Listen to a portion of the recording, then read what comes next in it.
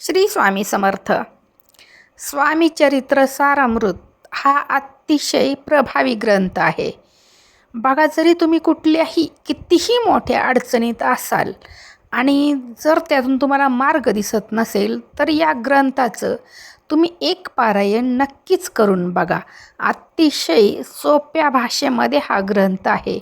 अगदी जरी ग्रंथ असला तरी खूप लहान आहे, सहजपणे तुम्ही करू शकता. याचं पारायण अगदी 1 दिवसातही एक पारायण करू शकता किंवा 3 दिवसामध्ये सुद्धा तुम्ही एक पारायण करू शकता. आता तुम्ही कशा पद्धतीनं वाचन करणार आहात, तुमचं वाचनाचं स्पीड कसं आहे यावर ते अवलंबून आहे. आणि खरं सांगायचं म्हटलं तर हा अतिशय प्रभावी ग्रंथ आहे. तर या ग्रंथाचं एक मांडी पारायण कसं करायचं, त्याचे काय फायदे आहेत, हे मी तुम्हाला या व्हिडिओमध्ये थोडक्यात सांगणार आहे. पण जर तुम्ही नवीन असाल तर कृपया सबस्क्राईब करा. बघा, श्रावण महिना म्हणजे व्रतवैकल्याचा राजा म्हटलं जातं. श्रावण महिना अतिशय पवित्र आहे. एरवीही आपण हे पारायण करू शकतो, पण श्रावण महिना हा अतिशय पवित्र समजला जातो. तर मग या महिन्यामध्ये कुठल्याही दिवशी तुम्ही या ग्रंथाचं एक मांडी पारायण करू शकता. आता एक मांडी पारायण करायचं झालं तर त्याचा अर्थ असा आहे की सगळे अध्याय जे आहेत त्या ग्रंथामध्ये, जे अध्याय आहेत ते सगळे तुम्हाला एका वेळी वाचावे लागतील. आणि जर तुम्ही पहिल्यांदा करणार असाल तर तुम्हाला हे शक्य नसेल तर 3 दिवसांचं तुम्ही पारायणसुद्धा करू शकता. तर बघा, या ग्रंथामध्ये एकूण 21 अध्याय आहेत. अतिशय प्रभावी ग्रंथ आहे हा श्री स्वामी चरित्र सारामृत. हा ग्रंथ अतिशय प्रभावी आहे. तर या ग्रंथामध्ये एकूण 21 अध्याय आहेत. जर तुम्हाला सगळे एका वेळेस बसून वाचणं काही कारणामुळं शक्य होणार नसेल तर काही हरकत नाही. तुम्ही रोज 7-7 वाचून 3 दिवसामध्ये एक पारायण पूर्ण करू शकता. आणि जर तुम्हाला एक मांडी पारायण करायचं असेल तर बघा, तुम्ही एका जागेवर बसून मध्ये न उठता न बोलता सगळे अध्याय एकाच वेळी वाचलेत ना तर एक मांडी पारायण तुमचं पूर्ण होईल. तर मी पुन्हा एकदा सांगते की अतिशय साध्या आणि सोप्या भाषेमध्ये या ग्रंथाचं लिखाण आहे. तुम्ही सहजपणे वाचन करू शकता. अतिशय प्रभावी आहे.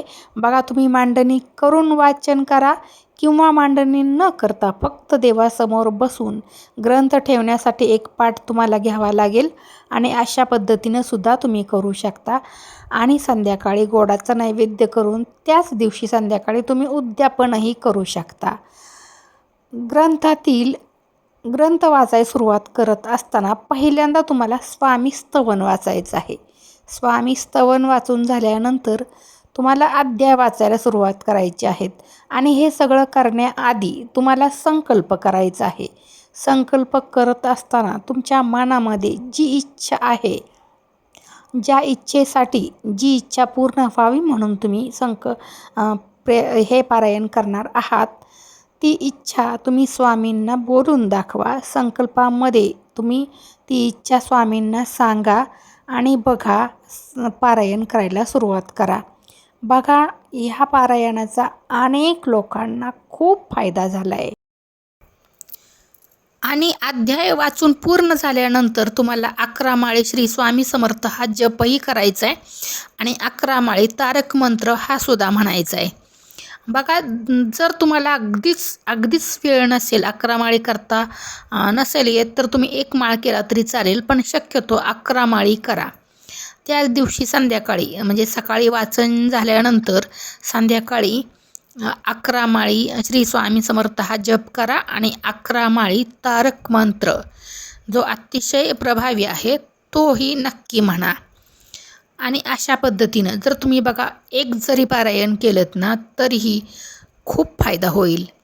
आणि उद्यापनाच्या वेळी तुम्ही कशाही पद्धतीनं उद्यापन करू शकता. म्हणजे घरच्या घरी अतिशय साध्या पद्धतीनं करू शकता किंवा बाहेरचे कुणी तुम्ही जेवायला घालू शकता. अन्नदान हे अतिशय श्रेष्ठ दान आहे. यथाशक्ती तुम्ही दानधर्म करू शकता.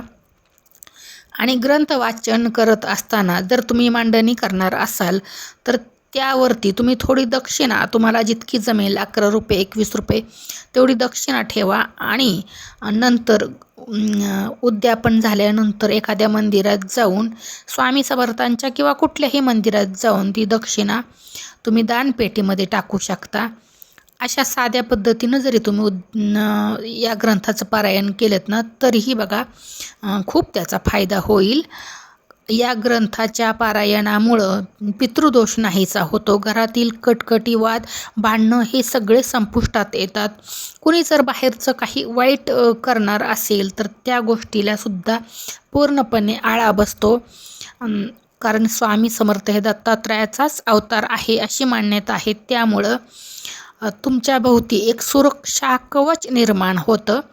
आणि यामुळं तुम्ही नक्कीच बघा या श्रावण महिन्यामध्ये अगदी एक पारायण करू शकता आणि एक मांडी एक पारायणसुद्धा करू शकता. आणि अशीच 3, 5, 7 अशी तुमच्या इच्छेप्रमाणे तुम्ही नक्कीच पारायण करू शकता. त्याचा खूप फायदा होईल.